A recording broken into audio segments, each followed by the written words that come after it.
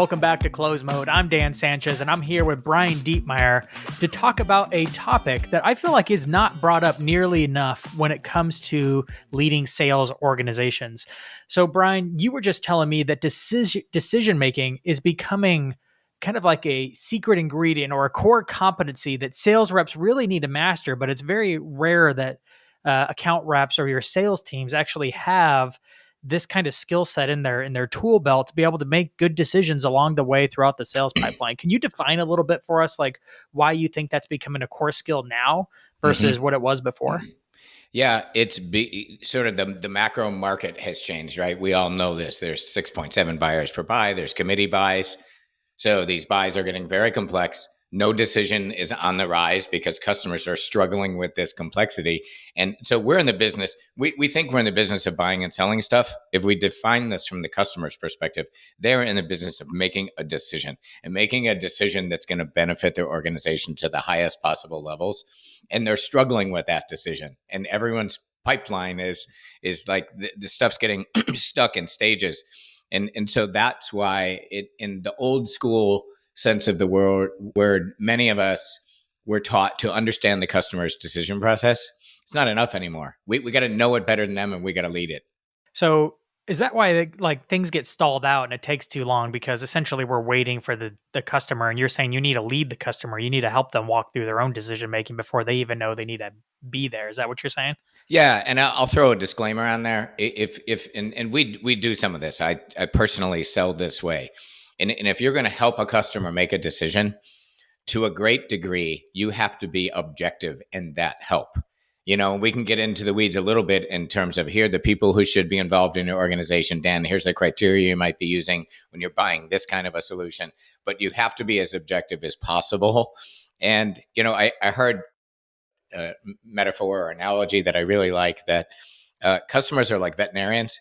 Like a snake walks in, right? A turtle walks in, a cow walks in, and the vet every day, you know, they're solving for different problems. Well, customers buy that way. They may have bought your stuff one time a year, every 18 months, where you, on the other hand, are not only a neurosurgeon, you're a spinal neurosurgeon on how to buy your stuff. Let's say you're selling firewall protection software. You've seen thousands of customers buy this thing, and you can pull that and you've seen a lot of customers make bad and good decisions. It's pulling that informational knowledge together to provide that insight to the customer to say, look, we've watched a ton of people buy these, and let me walk you through a little bit about how the best have really done it. It sounds kind of like the challenger sale when you're kind of leading them from a thought leader or expert kind of perspective. How is this different from that? Yeah, I think I would, yes. And full stop, yes. But I call it more of a prescriptive approach, right? That if you look at Jim Dickey with Sales Mastery, his research showed that his buyer research, buyers rank reps 9 out of 10 places they go for insight. It's very, very dangerous. And that's the bad news. The good news is buyers said if they had something to talk to me about, I would talk to them. I'll gladly let them back in to this thing. So yeah, if you've got one of the biggest problems that impacts us and the customer is these deals are getting stalled. There's a ton of uncertainty in the market. You know, it's not the way it was. Deals are getting more complex and they're stalling. So for us to be able to walk in and say, I have some insight to help you organize and think through this very complex decision that you're trying to make. And again, as unbiased as possible, you're right. It is insight. We are leading the customers. We're bringing in more prescriptive stuff versus if salespeople are still going out saying, hey, Dan, what's your decision process?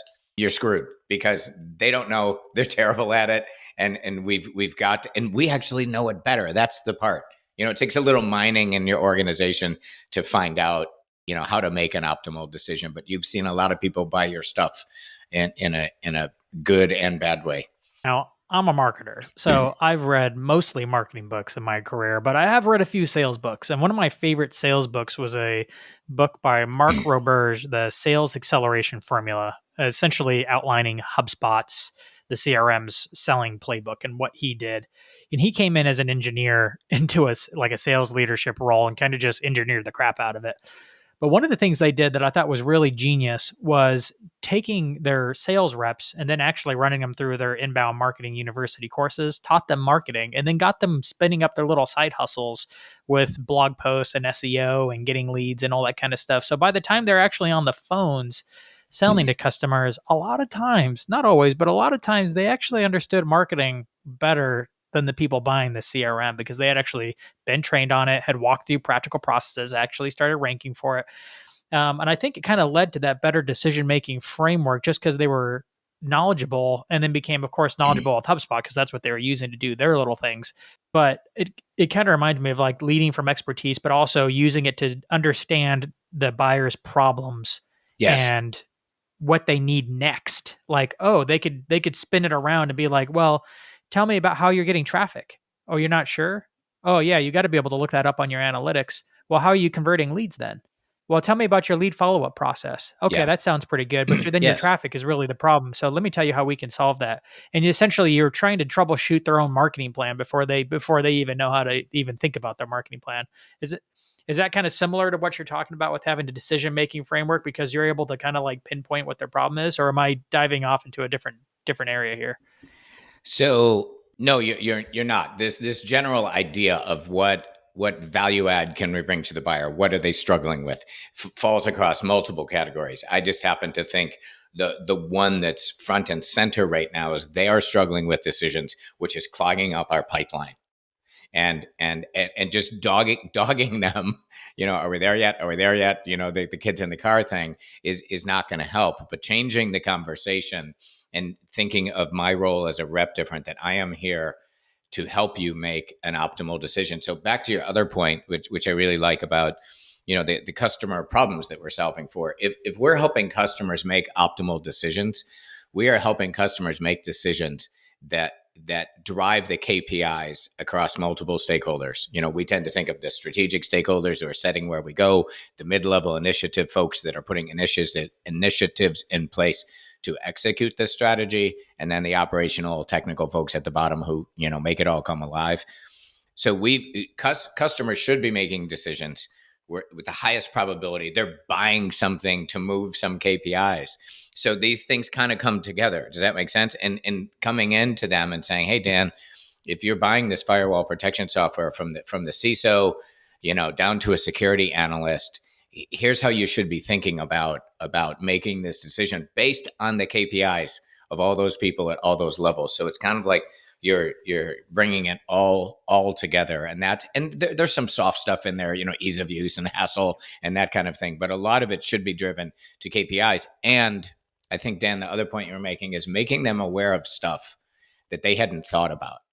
When you're making this decision, this stakeholder should be considering these criteria when comparing these two alternatives. That's an opportunity to lead. We call that signaling, where you're putting those ideas into someone's brain and they hadn't thought about those. So what I hear you saying is like there's two sides to it. There's you being an expert on their thing, right? So understanding what they're going through, that's one thing, but you have a different expertise as a sales rep.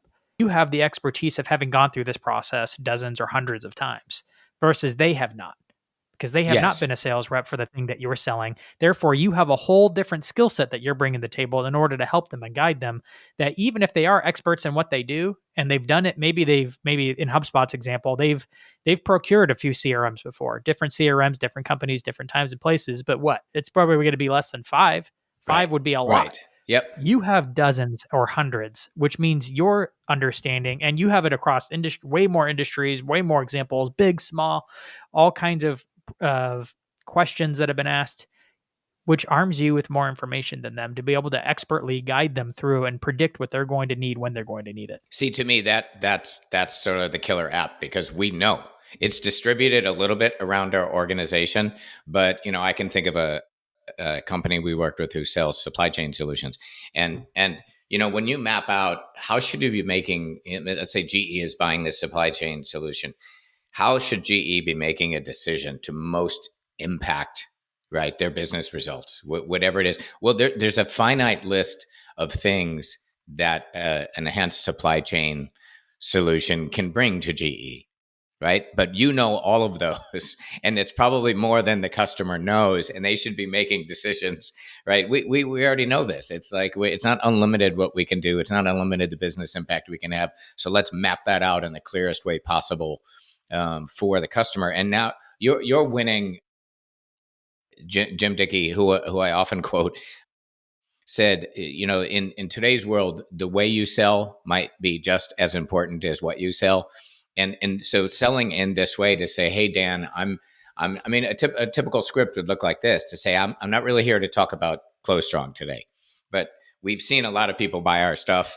And I want to share with you some of the best practices we've seen about who's involved in those decisions and what kind of criteria should be used when you analyze me and somebody else side by side, so you can make the most holistic decision for your organization. And then we start going through. That's kind of the pitch and saying, okay, it's these people at these different levels, and then looking at the criteria, the key criteria tied a lot to KPIs, to really valuable discussion. So you've kind of outlined this in bits and pieces and everything you just said, but kind of break down for me, if there's a sales leader listening to this, Yeah. how could they, within even just this week, what items can they take action on in order Yes. to help their reps make better decisions over the next quarter?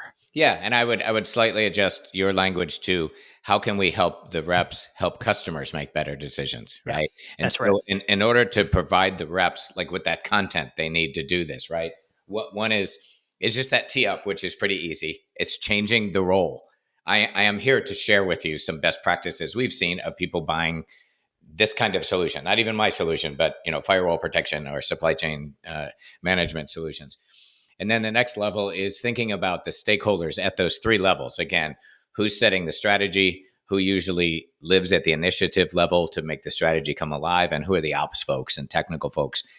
It's then mapping out who are the people. If your customer is making an optimal decision that's going to have the highest impact on their organization, who should be involved? So that's step one, the tee up. Step two is let's say who are the stakeholders at those kind of three levels, and you can have however many levels you want, but we do need to think from strategy to tactics, and then thinking about the criteria, especially in terms of KPIs. So how are those different stakeholders driven? Given what you sell, what of their KPIs can you impact? You're selling firewall protection. What can you do for the for the techie people down below and the CISO up top? And then putting those criteria in place based on their KPIs. So again, changing the frame. This is what I'm here to do. If these people aren't involved in your decision, they should be. And here's the criteria. When you compare us side by side with someone else, here's the criteria we've seen, which is best practice. When that's going to have the most impact on your organization. That would be the first place to start. Is list out the people, list out the criteria, heavily driven by the KPIs that this kind of solution can impact, and then getting that into a format and having a leave behind for the customer, because this can get a little thick. I wouldn't go more than 4 or 5 criteria per stakeholder, but just to start, bring in the most important ones they should be considering when making this decision. Yeah. And then having it in some form of a leave behind to just say, here, I'm going to leave this. You can share it with the team, and maybe the team can begin thinking through, if you've got some quant heavy people in the organization. We've done this in the past. You could build, someone in your organization knows how to build a weighted attribute decision matrix in an Excel spreadsheet. You could throw this into a weighted attribute decision matrix and leave it behind with the customer to say, okay, fill in me versus the alternative, weight and score us on multiple criteria with multiple stakeholders. That, if you want to go to the advanced level, that's pretty easy for somebody who's familiar with manipulating spreadsheets. Pretty damn easy. Sounds like you could get this done in one 60-minute meeting. It's just one shared. I mean, if it's a remote, if you do this on a whiteboard, otherwise you're doing this on a Google Doc or something Yeah. in a Zoom meeting or something, Yep. and you just write down who's the three main key stakeholders we talk to all the time, and you Yep. put their criteria, the things they're asking about. Most often, you rank stack though. You come up with a big list of them, and then you rank stack them, come up with that, and then you let your people then fill in the answers to those in that Yeah. doc, and then bam, you have a great knowledge doc that then you can transfer over to wherever you keep your SOP and your training docs, because that becomes a golden thing. Probably maybe 2 meetings, one to come up with the criteria and rank stack them, the other one to maybe this just happens a synchronously afterwards. They go in and fill it in with the answers to those criteria so that you have it once. But this is a one-time thing, and it can set them up for success in helping them lead those things, because you can always refer back to that document in the buying process of think like, have we gotten these covered for this particular account? Yep. And leading them through it and getting the answer to them before they even know they need to ask it. Yeah. That's the key. Yep. And I would, yes. And I would add just a couple filters for developing the criteria. The stakeholder is pretty easy at the kind of high, medium, low level. But with the criteria, it's one is they should be driven by the KPIs of that stakeholder you're talking about, based on what you're selling. What can you impact for that stakeholder? And it's like, who drives, lower risk, us, this supplier A or supplier B. The other piece is, when you go through this, it's kind of a cool exercise to look across the stakeholders and look across the criteria and say, against this specific competitor, that competitor could be do nothing. It could be build it myself or a named competitor. Where do we have an edge? With what stakeholders do we do this? Do we drive this KPI, better, faster, cheaper than somebody else? That's sort of after the fact when we start selling to them, right? It's making sure that we're punching the reasons why us at this level of stakeholder and criteria. These aren't grand value statements. This is, hey, we can drive throughput or defect reduction better, Mr. or Ms. Technical Person, better than ABC competitor. That's after the fact. We want to keep this objective up front. But it's a cool part of the exercise is, where would we win if the customer was really making the decision on what criteria do we win? Wow. I've learned a lot in this episode. Brian, thanks so much for joining me and being on the other side of the interviewee here. It's always fun with you.